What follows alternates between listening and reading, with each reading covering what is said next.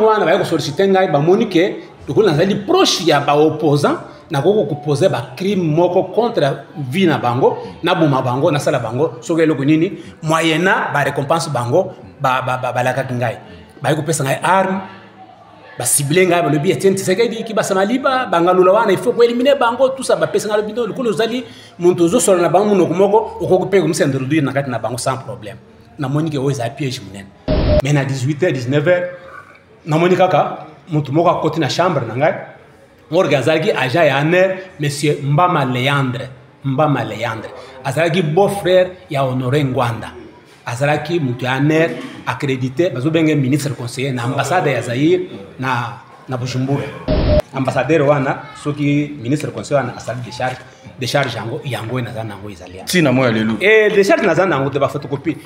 original nango nde bahati ya botola kana na palais du peuple na kubeta histoire na koma tina kota bahati wana 88 OK nde oui baka siko itango to komi ba fandisi na salon ba koti na mbongo na na epana ye basololi ye abimi amoni ngai ngape na moni ye ayebisi siko ikatembo escort na ngai kali ayebisi na soidi alobi wendo mpeleka ukasho ukisho rudi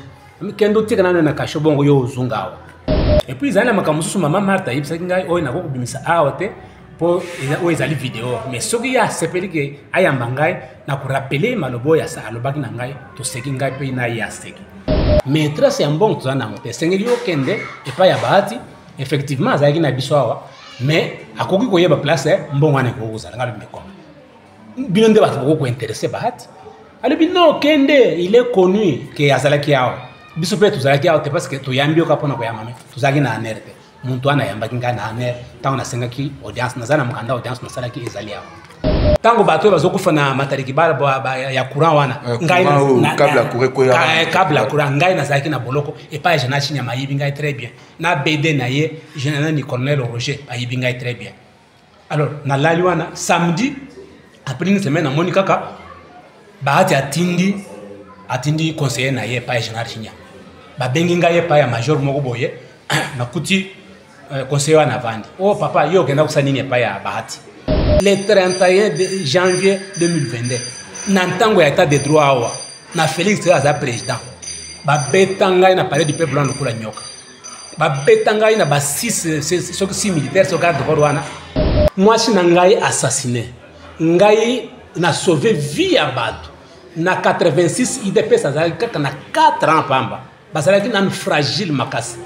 soki ngai na exécutaka mission ba pesa ngai ya buso ba wana est-ce que Mberto Zana Félix entend ce que le long pouvoir kasi mbele IDP azalaki paralysé na ntango wana est-ce que kuni mokungambulisho kokubani bahati empêche mufranga ya nyaya s'il vous plaît parce que na mbongo na ngai pour nazo mener vie kula muntu moko akufa kala nazo mener vie ya bien te jusqu'à présent naza chômeur nazo kulia ndengini nazo vivre ndengini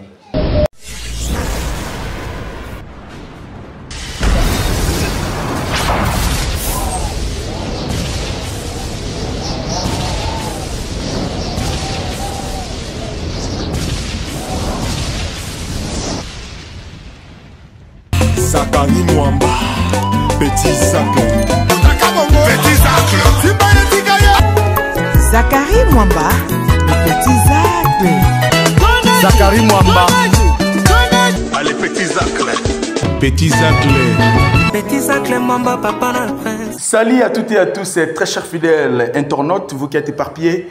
à travers le monde. Bienvenue dans votre chaîne Toumba Toumba TV officielle de votre Zakari Mwamba, ZM, le général de la presse internationale. Mesdames et messieurs, je suis très heureux de savoir que vous êtes nombreux devant vos postes téléviseurs, devant vos laptops, devant vos téléphones, de suivre cette émission. Dans un nouveau numéro de cette émission, je dois recevoir pour vous Papa Félicien Mbaya. Papa Félicien Mbaya, il est qui? Et on doit le découvrir ensemble avec vous sur ces plateaux. Et quant à moi, je dis merci à tous ceux qui nous soutiennent. Tout basé partout à travers le monde, nous prêt à Rabisso, mais fort. Merci beaucoup à Yannick Kini, à Rombox et Benza. Là où repose le cœur de maman Brigitte Kalanga depuis Soudaf. Vraiment, merci pour tout. Et merci encore une fois de plus à Trésor Mouchi, le mécatologue, président de la fondation Mouchi, au vraiment pays à Tikarabisoté, pourquoi pas l'éternellement boss Jimmy Belaou, l'homme de 517 carats, au vraiment pays à Tikarabisoté. Rendez-vous toujours le 31 décembre 2025. Merci encore une fois de plus à l'excellence Landry Bissi di Chilombo, Balobi Ndoyi Amokondi. Excellence Landry Bissidi Chilombo. Vraiment, merci pour tout. Vraiment, Excellence. Merci, nous surtout ça pour nous. Merci, Nabatu, tout vous éparpillé à travers le monde. Merci encore une fois de plus. Il y a Gauthier Bell, le roi d'Angleterre. Hein, vraiment, où tu as bon séjour dans Luanda, aux Ongi déjà, au niveau d'Angleterre. Vraiment, merci beaucoup à Gauthier Bell, les millionnaires à livre sterling pour ton soutien. Merci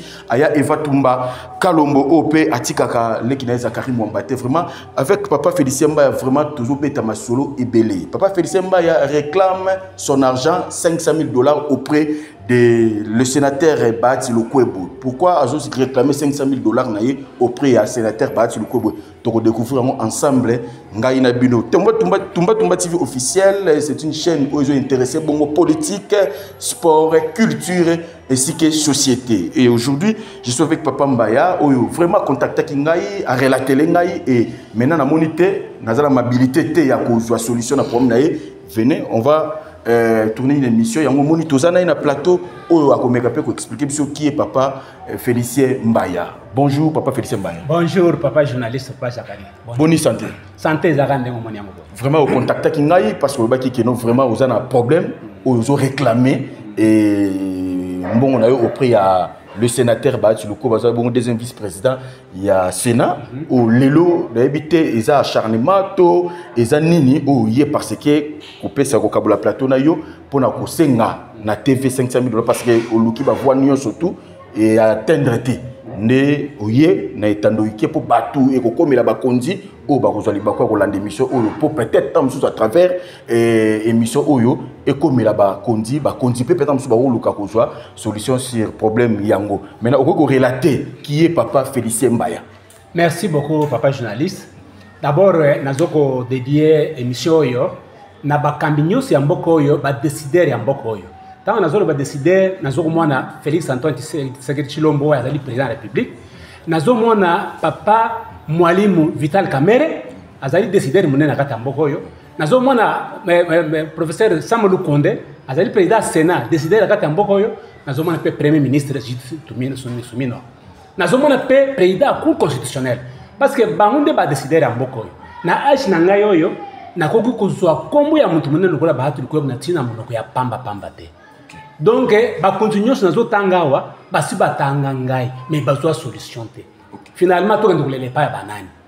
Mbongo wana nazali teke nazo kokoselier parce que Félix akoti na bokonzi ngai lokolo nazali peut-être mutu ya province moko na Félix nazo le kambana na banda ngo Félix ata solo ya pouvoir te. Depuis 98 nazo réclamer mbongo na ngai. Ti lelo na monique Bahati ndi azana mbongo na ngai mais azo sala kaka sourd d'oreille parce que to communauté na sommité ya justice.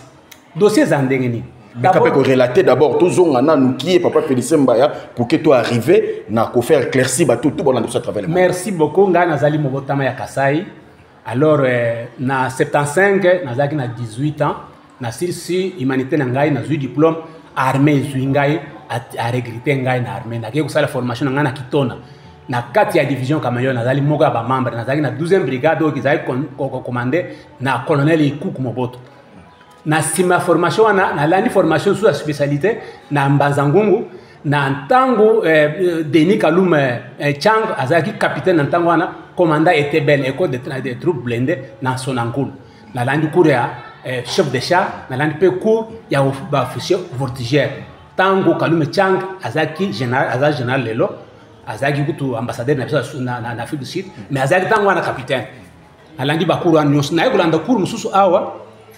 il y a des officiers de renseignement et sécurité militaire na niveau ya état-major général ya armée na section G2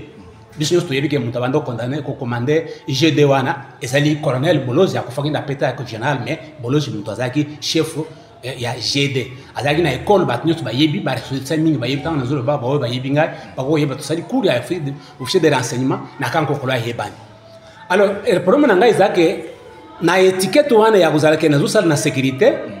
beaucoup ya bateau to yabana na bango bazaki kusala na présidence na sécurité à présidence de la République ba yiko solliciter ngai lokola na période ya défunt Mobutu ba yiko solliciter ngai lokola nazaki na grade ya lieutenant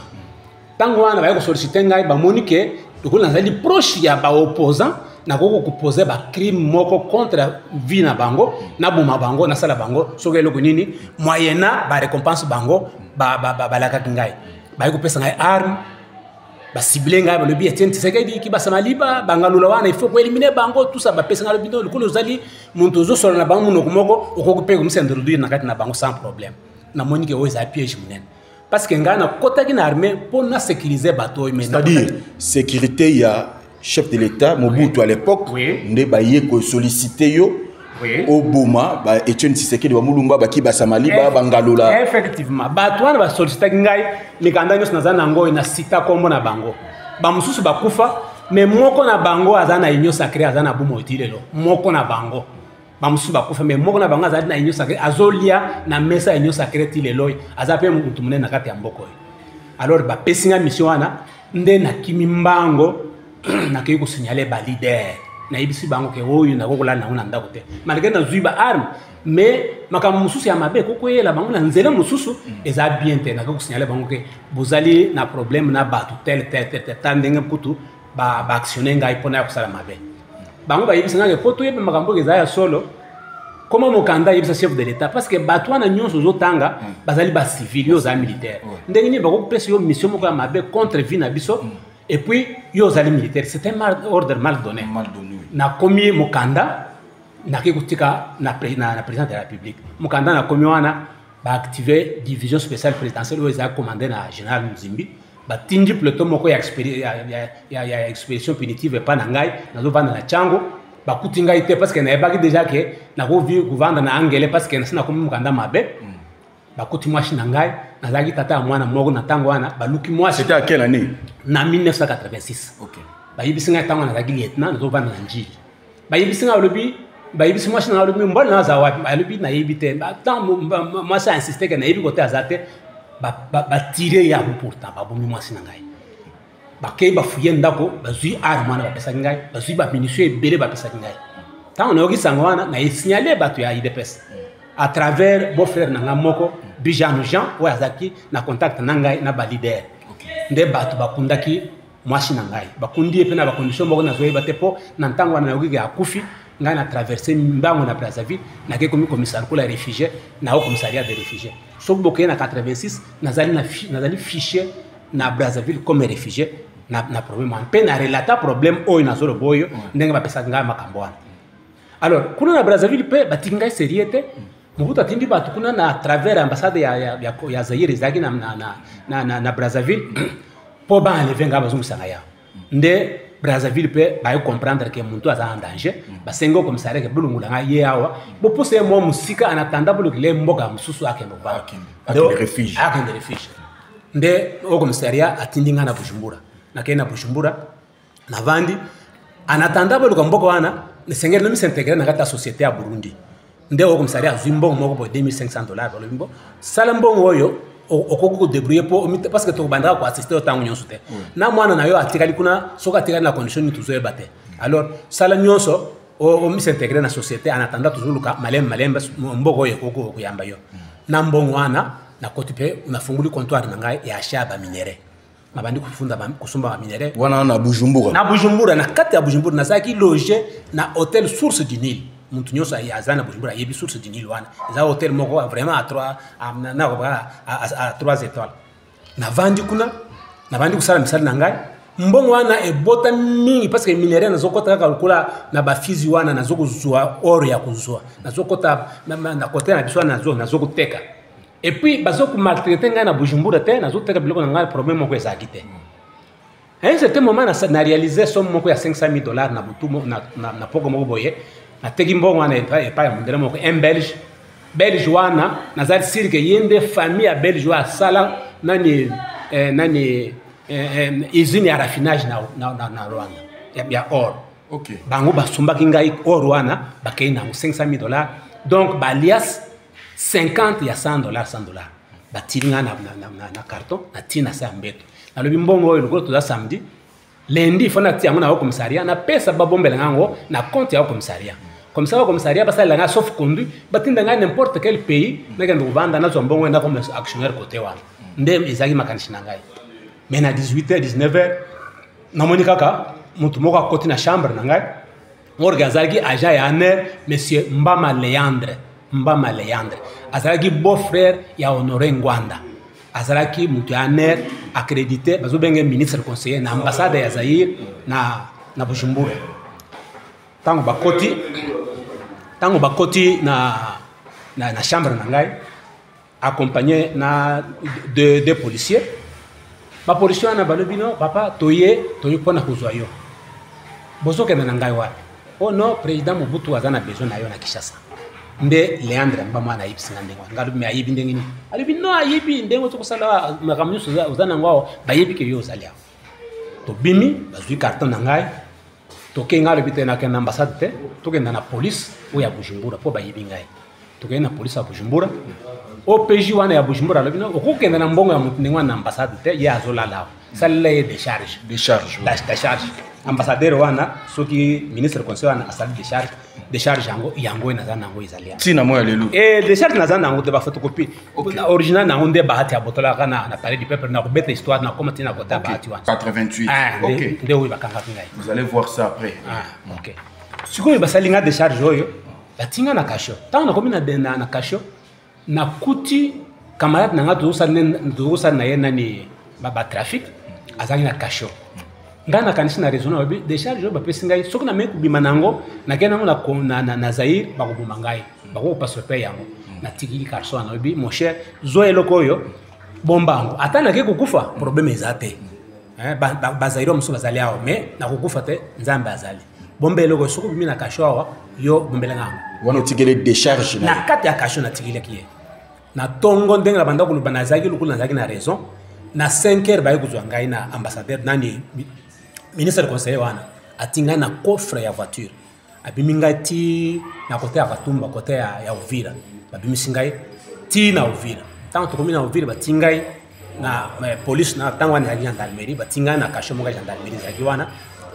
abengi chef de poste ya ANR ya Uvira comme na MSC Katembo alobi ozogenda na mutu oyo ti Bukavu buzwa petit porteur ti Goma tokuta na bino na Goma tokenda na Kinshasa. Alors tongo etani batinga na Landrover ti na Bukavu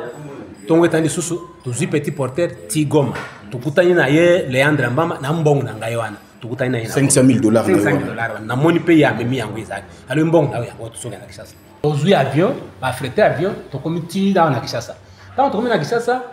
kombe oye nani babenga ka kombe yasi moko boya amere yikuzo biso na aéroport tozaki tokoti wana ngai ye Leandre Mbama wana azaki ministre conseiller wana na escort na ngai Katembo na chauffeur na garde corps moko toyeti tango tokomi na rond-point Mandela wana ulieto mata ti na 3h bagenda kuchanga na kasho tozozunga na kankokolo na avenue ya commande voilà tokomi na avenue ya commande wana tokoti na ndako moko boy ndako wana depuis 88 na yebanda kwana ba réflexion yango te tis lelo izaka ndenge wana ezali en diaconal na ordre des avocats tokoti wana tokoti izali nde sika administrateur ya ANR banda kusala comme na ye monsieur Mufanzala na kati ya na kati ya bureau wana monsieur Mufanzala azalaki kuna azalaki na DAF mutu moko bengi DAF monsieur Bahati Lukwebo nde sika na yebi Bahati Lukwebo azalaki kusala na bureau moko na monsieur Mufanzala. OK, sénateur Bahati Lukwebo azalaki DAF ya ANR à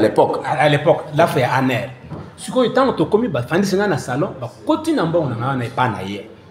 basololi ye abimi amoni ngai ngape na moni ye ayebisi siko Katembo escort na ngai kali ayebisi na soidi alobi wendo mpeleka ukasho ukisho rudi kendo tika na kasho bongo yo uzungawa wana si bazui mbongo bakoti epana ye asali mbongo bakoti na bureau ya DAF ya Bahati Lukwebo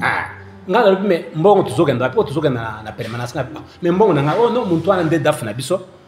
moyen au réclamer ça parce que bon ils dans de bonnes mains ce que yo sili su bloc na okoki kuzwa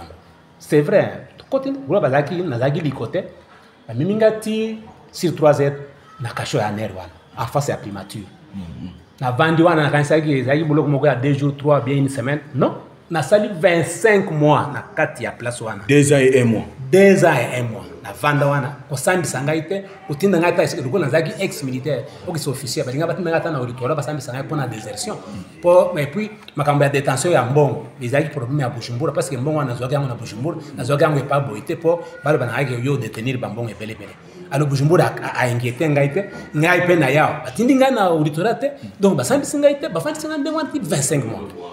mukoro moko na moni kaka ba demisingai batinga na mutuka ti na hotel moko boye Tangulu hôtel wana ezali na centre social ya Matete ezali hôtel moko ya mutu moko ya Aner baloger ngai kuna 2 jours après bayeli ngai valise ya bilamba wana tango bimi déjà osali 25 mois na Aner ya kosamba te ya nini te na vandika ndenge wana donc bato nyonso bazoko nayebi bato mingi na Aner wana pendant 25 mois bato nyonso ayebisa banda kokanga wana toyebani tosalaki barelation kaka wana bato ebele oyo nakokotanga sikoyo te bato bayebi ngai mpe wana bametre mokende wana nayo kodécouvrir bakaka wana alors sikoyo 2 jours après bayeli ngai valise ya bilamba ozokenda na embouchement embouchement kosala nini non tu es libéré babimisi ngai bakende na ngai ntina hôtel moko na Matete hôtel Tankulu ezalaki hôtel wana ezalaki ka mutu ya Aner na valise ya bilamba non ozokenda na embouchement bapesi ngai na billet naki ntina sibe bamemi ngai ntina aéroport na sibe Zaire bakotisi ngai ale nakei na embouchement ntango nakomi na embouchement nakei na place ya koreceptionne babagage na ngai nakuti valise na ngai bamemi deja na mutu papa valise omemi eza ya ngai alobi nayebi eza ya yo monsieur Mbaya ngai alobi ya ngai monsieur Mbaya alobi ngai naza redoc naye kozamba yo awa alobi ekomisonga Mbaya wana aéroport ya Mbujimayi aéroport ya Mbujimayi ekomisonga Mbaya redoc non tokenda nanu tokoti na mutuka na ye ti na cabinet na ye ntango tokomi kuna alobi non monsieur Mbaya balibere yo te oza relégué mutu soko aza relégué aza faut subir un certain régime ya contrôle ozokende tina mboka na yo na nganda njika okende kuna okanda kuta okuzuka badirective nyonso epai ya chef de poste ya Aner kuna bafutili ngai mutuka nake ti nganda njika ntango nakomi kuna na parking nganda njika nakuti mpe chef de poste ya Aner non yo oyawa okokende na mboka na bino mais chaque lundi faut ya kondima apela ngai alibete nakondima te malgré mboka na ngai eza pembeni yawo na 5 km na nganda njika nakokende te parce que mes parents sont déjà vieux et puis ngai nakata bilanga kuna te na tonga pe ndako te navandaka epai na yo mpo contrôler ngai bien nakei kuna ye na administrateur ya zone oyo ezalaki wana ntango wana tozobanga baterritoire zone na administrateur wana baponi ke bapesa ngai chambre na gîte d'état nabandi kolala wana ye azocontrôle ngai à un certain moment nakomaki na liberté moko babanda kocontrôle ngai ata makasi te mais nabanda kolalaka wana ti ntango conférence nationale eye nde rikolo nazalaki na liberté oyo bazocontrôle ngai te nasengi kaka mboko na réunir bamoyen nalobi nazonga Kinshasa ndoluka mbongo na ngai etikalaki nasuti train nazeka nzela kaka ya bacamion ti nakomi awa na Kinshasa ozwi train il est beau nazwi bacamion ti awa na Kinshasa ntango nakomi na Kinshasa awa nakei sikoyo na salle de France ya bandeko oyo ya IDPS oyo nakutanaki na bango na bakasho lokola baka bango Olivier lokola bametre mokende wana nakutani na bango sikoyo bango baencadre ngai ntango bamoni ngai bayokaki mawa mingi bakotisi ngai na eloko moko bato ya IDPS ya kala bayebi oyo babengi strictement babengi club le rapide ebanda kosalama na campagne na ndako ya Olivier Kabango oyo azalaki moto ya OVD ya kala wana alors ezalaki na bapolo bandoma bazalaki kuna ezalaki na bametre ya Ilumbe Mwasa ezalaki na bo bametre mokende wana bacolonel Mbaye bato ebele bazalaki na kati ya eloko wana bapesi ngai mpe poste ozala lokola secrétaire mutu azogomela biso mpo nayebaki kosala oyo bengi machine baencadre ngai maître kutu abendi ngai ti na cabinet na ye na immeuble alobi mboka eza nanu mabe soki mboka ebongi tokolanda makambo mbongo na wana bien ngai alobi d'accord conférence mpe babengi ntango conférence wana babengi yo moko oyebi makambo ya conférence ndenge esalamaki nani docteur Etienne bazalaki so banome ye premier ministre alobi balongoli ye kaka biloko ya ndenge wana esimbaki mpenza bien te mais à un certain moment maître mokende ayebisa ngai ke non lokola makambo oyo baleader nyonso bayebi yango il faut toyebisa mpe mama parce que mama Marthe azali lokola mpe leader na kati azali fondateur ya eloko oyo toyebisa ye ayeba mpe yango mpo basi babombaka makambo mwa bien na mémoire ya bien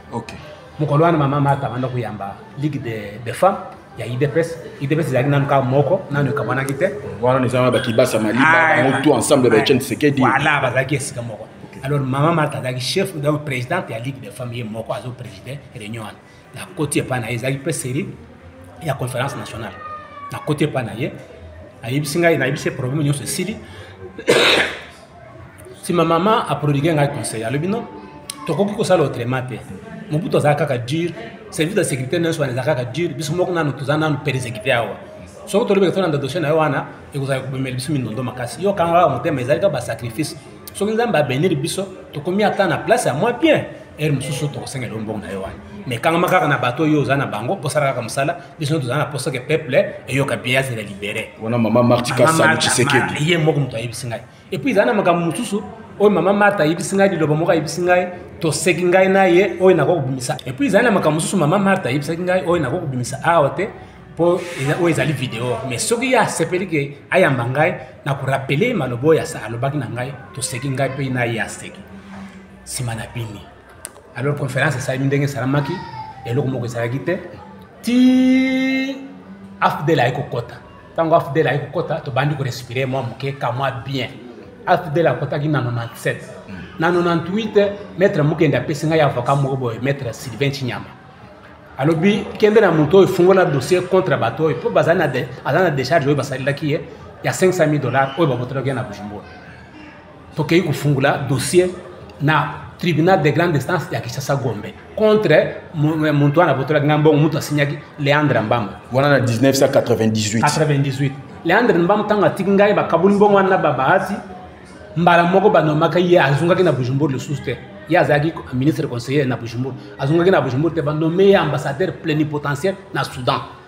donc batindili ye bamikanda kuna ye atindi baavocat na ye voilà, après avoir distribué $500,000 wana na sénateur Bahati entre bango quoi entre bango baliango bayibisa barubi ya nera lobi no mbongo wana ezana maboko ya Bahati siko inga lobi mais sengeli bino moko bato anera basengela mbongo ne pa Bahati libite ezali pa Bahati sengeli kutuna ye anera sambi ndengwana ba procès verbal ezana dossier na fungulaki na tribunal de grande instance sous RC 68-620 RC 68-620 ezali na 98 oyo nga nafungulaki mpona koreglame mbongo na ngai oyo mpo bato mosusu bakanisa ke tokoli nasali émission lelo nazosala mpona fachi azali na pouvoir mais dossier na banda koreklamangi depuis 98 bandaka sikoyo ngai nalobi mbosiso komisa mwaye bakanga ndako na ye eza te parce que tribunal alobaki bakanga ndako na ye na limite bateka bapesanga mbongo wana basaisir ndako ya Bahati Lukobi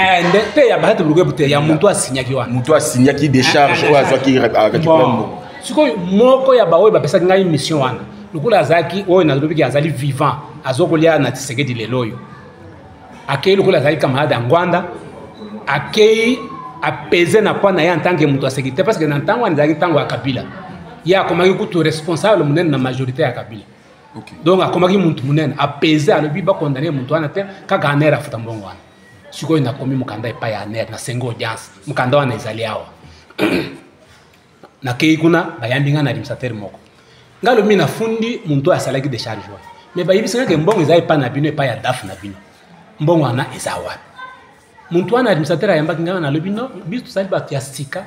soki tosala bafiche na bino tozomona ke effectivement yo ozalaki arrêté na Bujumbura mais trace ya mbongo toza nango te esengeli yo okende epai ya Bahati effectivement azalaki na biso awa mais akoki koyeba place mbongo wana ekoki kozala nga lobi mekoma bino nde bato bokoki kointeresse Bahati alobi non kende il est connu ke azalaki awa biso mpe tozalaki awa te parce que toyambi yoka mpona koyamba tozalaki na aner te muntu wana ayambaki ngai na aner ntango nasengaki audience naza na mokanda audience nasalaki ezali awa sikoyo nde na préparé namoni klima yango ezalaki kaka mabe lokola Bahati akomaki déjà président ya Sénat muntu monene awa un sage ya mboka professeur Bahati azali muntu moko nazopesa respect makasi depuis kaka na découvrir kombo na ye nayebi azali professeur azali syndicaliste azali économiste muntu moko monene asimembo ya poste ebele ya mboka oyo ministre économie ministre boy effectivement et puis yebe na bandaki ko respecter mingi parce que lokola azaki collabore soki agent ya aner na banda kopesaka respect alors namoni ke nakenda na parler du peuple ya ngai moko natuna mbongo yango soki ezana parce que c'est un sage wana ezwi déjà temps 98 wana ti entrée ya Joseph Kabila et tout a su pouvoir et Lelo Félix Antoine Tshisekedi Tshilombo au réactiver le sous activer dossier parce que tant na bango wana ezalaki ke ezalaki régime moko ya téméraire soki yo olobi kaka makambo mbongo ndenge wana na bato lokola bato oyo bazalaki bato ya mouvance majorité présidentielle bakoko kokanga yo mpe babumi yo yango wana tokangaki nanu calme soki mani sécurité koko kozala bien nde tovandi koréclame ntango sikoyo Félix azwi pouvoir awa na 2019 nakomi mokanda nakomi lettre ouverte ezali awa oyo nakomelaki Félix mpo na koremémorere makambo nyonso oyo esalamelaki ngai na ndenge nakomaki wana nazoreklame mbongo wana namoni solution moko bakomi ngai nakomi mokanda mosusu nakomi comité national des droits des humains donc nakomeli baministre mingi bakomeli bato ebele na cité Bahati na kati ke aza na mbongo na ngai bosanga na yango namoni solution moko te nde ngai moko nakei na palais du peuple le 31 janvier 2021 nga lokula azali mutu munene nakoki kosenga audience directement epa na ye te nasenga ya audience epa ya directeur ya cabinet na ye papa Musunga Yeremi Musunga wana pe ayebi histoire wana sokubeta nasenga audience epa na ye na betre histoire wana comme ça ye akokosengela ngai audience epa ya mokonzi na ye na komi wana le 31 c'était un lundi 31 janvier 2022 na komi na protocole na ye na remplir feuille d'audience na komi kaka ngai monsieur Félicien Mbaye na ina mwana jirkab ya président Sénat pona nini motif dossier de $500,000 na komi ka ndenga na zui dossier na mukanda na ngai na pesi na protocole muntu a protocole atali mukanda nzoka protocole wana pesi azalaki mwana bahati bayebaka ngai kaka na kombo me bamona ka ngai te tango atanga lobi oh papa yo nde monsieur Félicien Mbaye to batinji ngai bi ngai nde Félicien Mbaye ah dossier à $500,000 hein. Ah bon, je vois l'affaire.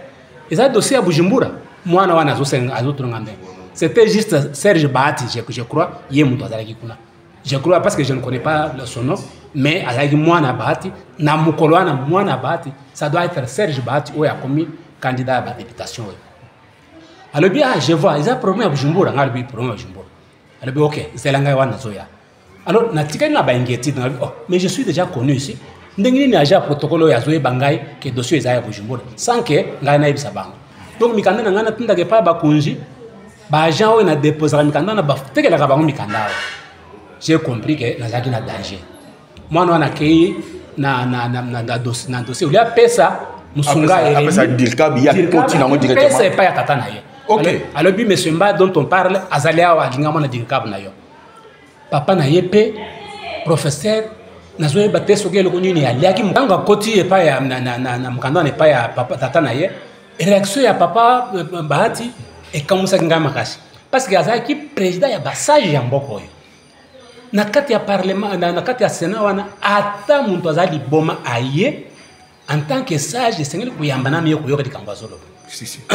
nazoe biso que réaction ya professeur Bahati esali que muntu ana bimate bobeta ye abimate sango sambi sangai wana ordre pesa me paye moko président pesa moko na monika ka si bandi moko ba yelingai na ko benga bango ba bandi ndengwana me bazaki ba carte corps na ye na kati ya stade protocole na fandaki wana le 31 janvier 2022 na ntango ya état de droit awa na Félix aza président ba betangai na palais du peuple na kula nyoka ba betangai na ba 6 militaires so carte corps wana ba memangai nkutu Monsieur Rémi Musunga aitanga yoki ba makele na kati ya protocole abimi na cabinet na ye aye atalinga ye misu nanga na ye kutani alataki complet à rouge tukutani boye azungi ayoki kanda me azungi ka boye moya lo bezaki te muntu asenga ko audience pour mwana ye me ba komi kubeta ye ba betanga iti bazwanga ye bakeko séquestrer ngai na local moko boye mukola na linga ina kufa alors je me suis demandé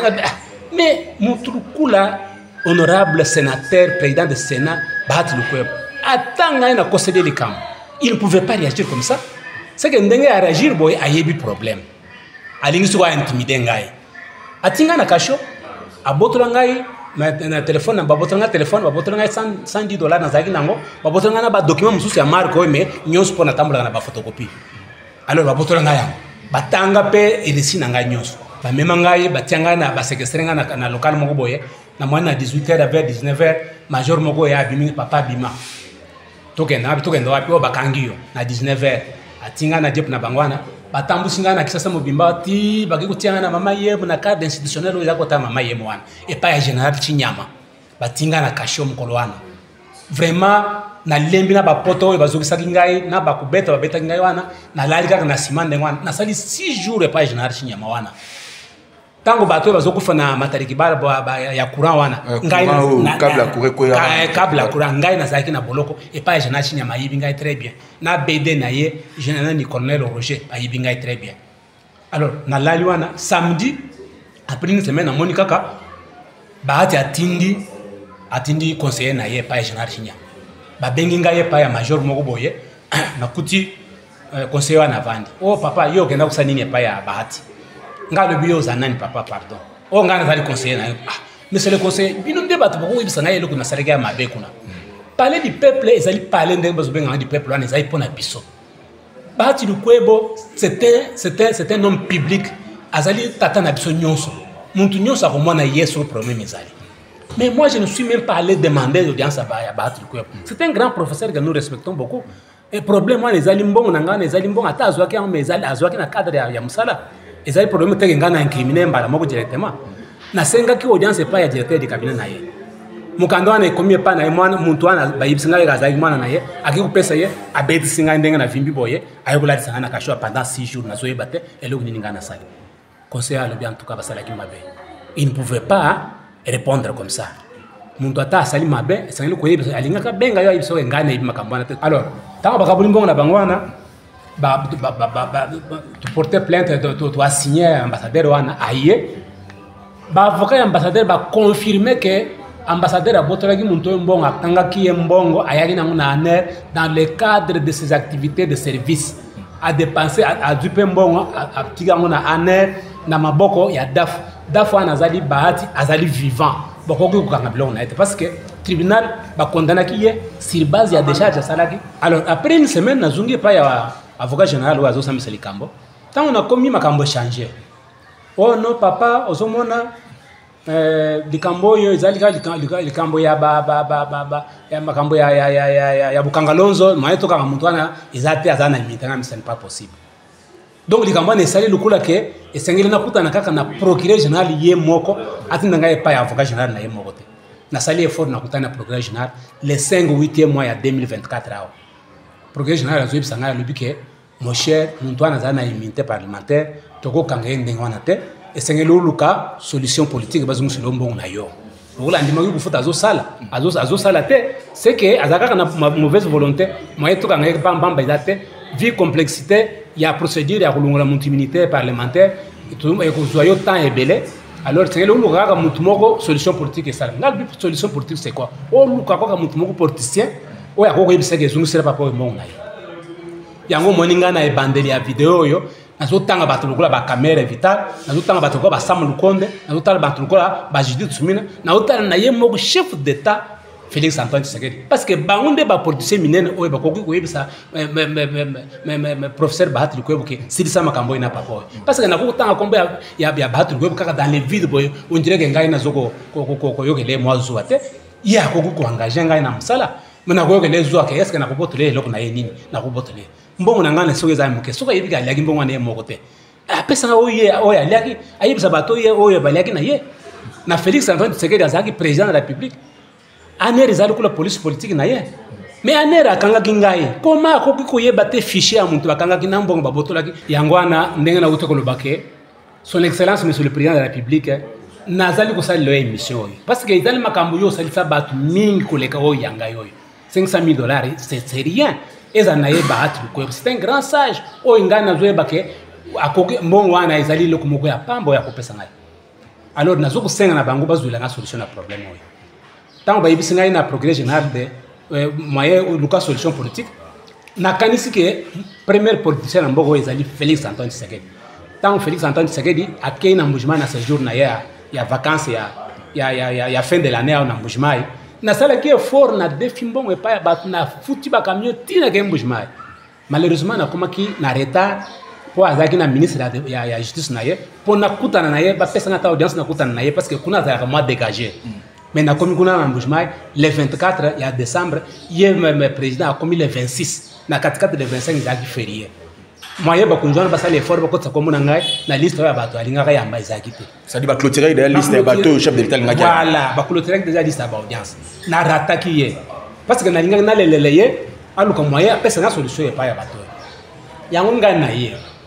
Finalement na ajo ngai na zali.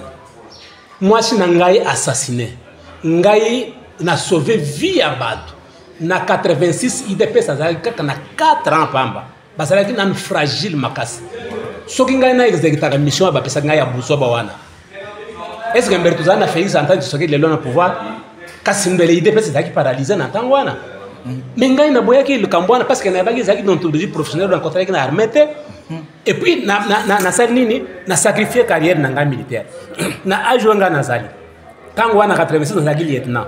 Ezali na ba général le na ba colonel mususu bazaki na armée na tango wana te. mais bakomi ba généraux ngai nazalaki lieutenant na ngai naza na grade ni ngai naza na bacamarade na ngai nakokutanga bankombo te baza ba généraux oyo totangaki na bango esika moko oyo tosala na bango cours esika moko bazali ba généraux. Alors na sacrifier carrière wana mwasi na ngai akufi mbongo ebele boy ekei nalobi ke na sacrifier vie na ngai mobimba carrière na ngai na age oyo nakokusima pe na munduki pe na bundi makambo eza na est wana bato bazobunda kuna baleki ngai bamosusu baleki ngai na age. Moi je peux aussi aller. Je n'ai jamais été déserté dans l'armée, je n'ai jamais été condamné.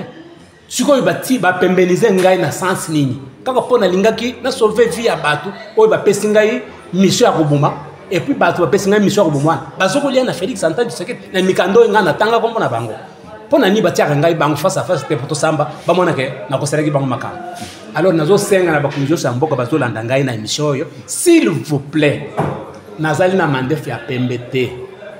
botinda ngai te ke nazwa option ya kokenda kuluka mandef ya pembe na zamba. Pona nini? Parce que vie na zoko mene siko izalo kula muntu déjà asa kufa. Na kulinga siko na zamba ta babu minga problème zate. Mais siko siko na ke zamba na kukenda contre nani? Contre pouvoir ya ngai moko. Pona mbongo oyo président Félix Antoine Tshisekedi bien professeur Bahati akokuzwa pe apesinga makambo esili. Est-ce que pro elo kwandinga ngana kote la ngozamba? Est-ce que ndenge to sala ba vidéo bango bakotanga bakokupesa nga solution te ke muntu azali mwana mboka tokokupesa ye pa mission ngana sala no pe mission ngana sala na boye kusala na ezali mission moko ya lobiko ya bato. Et puis nazali ko interpeller na vidéo maman Marthe maman mokonzi oye wakula mu chiluba akula mu chiluba maman Marthe maman wanyu mema ndingulomba koko ndingachingwele lukongwelo mbwa chini bantu batu baje butuku bahanga mukana. Est-ce que kuje butuku mumijima urimo guhanga mukanani bwana chanzo chini mu mwapo muko bwana hatu vumudikenga sutuvo tombulishangana tetu bamba yabo turi bakengele chente sagiri bikola turi bafusha bakaje turi balekele ma carrière mu kadu mona ku video yo kimushindu uvunga akajilani. Est-ce que kuri mo kungambulisha koko bwani Bahati ampesha mufranga ya nyayanya ndi mulo kunzu bukwebo muyo kufila mukando uri mwabeo mukufungira mukando bari bangambye kuti basalani Bahati shakufa udi uhita mwabeo ukatangira mama kuina kumshindwa kumwambile ni chiki changa nani papa mbaya mwesha kufranga yenda yaya. Est-ce que Bahati mbanga $500,000 makumpesha kadinashe mbanga $500,000 na idi na iri kombie iri makumpesha ini chimwa kwenza hana ndi muto kuina wakwambile kubukalenga bwanyi bange réformer d'une manière honorable ikala ko nashi bari bungu mushmu armée d'une manière honorable wan vous mwenza hayi mudimu mu armée anyi kuno bakubambila kubani bange réhabiliter ani chino mu mu armée mu busenji wa mimi ngayanyi to mu busenji wa mishe bampeshe izo ba mingende sedi akabi kuno bakungambulisha ko kwani ashinga dio sika muso kwambila bwani to bugulu hokula bukulu ukari mu ngaki ndo kumweba mumpesha kabidi malonga sama hitabuni swaku ukeba ko solution ko bwana bwanyeko yangwana bandeko nazokuzungira na ba décider nyonso yakati ya mboko na intervention ya video nazokusala na banzi ezali mbala nanga ya suka na kokite ku plenisher lisusu na yebike bakunji bayoki ngai nazana ilika ke bako répondre malamu nazotanga ba chef institutionnel nyonso yakati ya mboka banda kaka ya ye moko ye mei mukunzi ya mboka ti na chef institution wa ya suka cour constitutionnel botel la ngali kamboy bana olingo uzana na ibide so uzana likamsusu akutuna ngai na na mais en fait oui merci beaucoup déjà ndenge au relater na bateau tout basé par à travers le monde bakonzi o bakozwa libako Rolanda émission oyo vraiment na ebike bakosala quelque chose et je demanderai au deuxième vice-président du Sénat papa Bahati Lokoebo vraiment ça là est fort que o a quitté na problème o parce que tala âge papa komi nango azolela ce que za ya soloté luka kutana na ye osola ne keno makambo relaté eza ya lokuta mais ce qui pèse ya solo conscience na yo eza témoin qu'ils ont rappelé quelque chose fait quelque chose bakonjo tout ya minene o tout ya tanga cité vraiment j'aimerais que bossa quelque chose pour que papa Félicien Mbaya a récupéré somme na ye ya $500,000 na habité tam susu mom susu ko s'adresser pour to kabwana émission lelo na comme ça adresser quand le bique ngai effectivement nazali déjà na ba âge un peu avancé mais carrière na ngai e bebi na noté parce que les lois bazana bat mususu bazali ba mikolo na ngai bazana armée bazali mingi donc soki ya solo nazali mwana mboka soki ya solo bakonzi bayoki ngai nazali na makambo mibale nazosenga bango ou bien bareforme ngai ndenge esengeli koreforme mutu kohonore ye ke azali mutu asalelaki armée nazali na référence na armée ya bien. Alors soki démobilisation ezala honorable nazala mutu démobilisé d'une manière honorable yebana ke nazalaki na armée histoire nazobeta ezomwana ke nasalaki faute moko na armée te parce que auditorat ne m'a jamais condamné.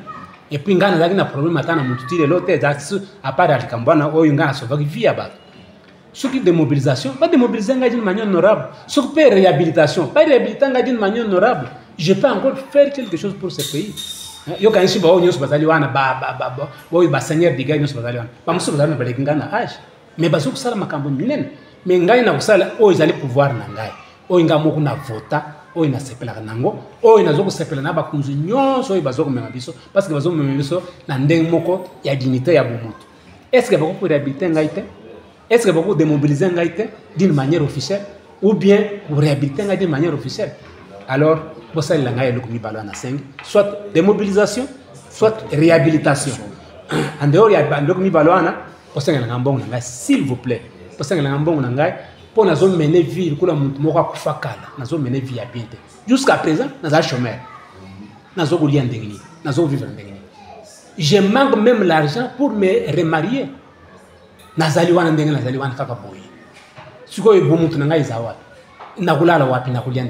J'étais dans l'armée, pourquoi? Qu'est-ce que j'ai fait de mal dans l'armée? Ma question est pardon, merci beaucoup, merci de comprendre la souka. Traité Nabiso, n'a pas Félicien Mbaya, vraiment il a relaté, hein, vous et moi, de comprendre histoire où papa Félicien Mbaya a réclamé 500 000 $ auprès du sénateur Bahati Lukwebo, à des vice-présidents. Il y a Sénat, vraiment. Bakondi Oboyoki, bossala quelque chose. Merci Nabatoutou, merci Nababonné. Surtout, il y a Tumba TV officiel. Vous continuez toujours à s'abonner massivement, vous continuez à liker, vous commenter. Si gestion Nabino, Yambango, qui te répond à répondre. N'habitez papa Olungi au Baxaloko. Naïna Baxaloko, mon oncle Baké. Tango, progrès général près de la Cour de cassation, Ibisina qui est Luka solution politique. Mbala moko na komela ki sama Lukonde. Ibisina ni wana ke na Luka solution politique. Mbala moko na komeli honorable sénateur président du Sénat Sama Lukonde. Mukanda nangai il y a le 28 juin il y a le 2 septembre 2024. Na komeli pour na kuluka solution à l'amiable. Okay. Parce que na Sénat il y a la commission moko benga ya passage. Est-ce que vous avez 2 ou 3 sages bafandi sangaite ayoka pe professeur Bahati ko balukila nga solution intermédiaire pour makambane silate na komini mukanda ezali wana ti le loyo nana depuis le 2 ya septembre ils avaient réceptionné le même jour na cabinet na ye le 2 septembre 2024 na komela ki président Sénat ti le lo na zo ka solution te ezala ka bongo te parce que binonde tuti binukuna po bozala lukula ba extincteur bozobuma moto ya makambo zobima likambo ezali muke mais botuzoe bete batu mususu na komeli anti réfugié monike na risquer ba vie mingi na perdre moi si donc nazali abandonné à moi-même muntu akoloba ke nazali sécuriser na pouvoir ndengeni na vivre lukula un papier léger ou bien muntu moko azali encadré na batute donc bino bozali ba constituti bino kuna po salisa biso po salisa na eloko yo papa Sama Lukonde yo zali chef wa Sénat papa Bahati Lukwebo tango azali na Sénat kuna abetisa ngai mais yo est-ce que obetisa ngai okuluka solution te. Merci beaucoup merci na batutu bolandi biso, portez-vous bien, c'est parti.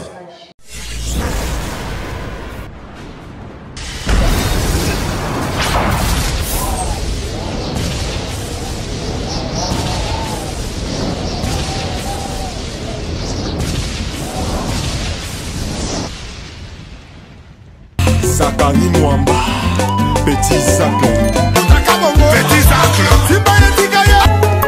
Zakari Mwamba, Petit Zacle. Zakari Mwamba. Allez, Petit Zacle. Petit Zacle.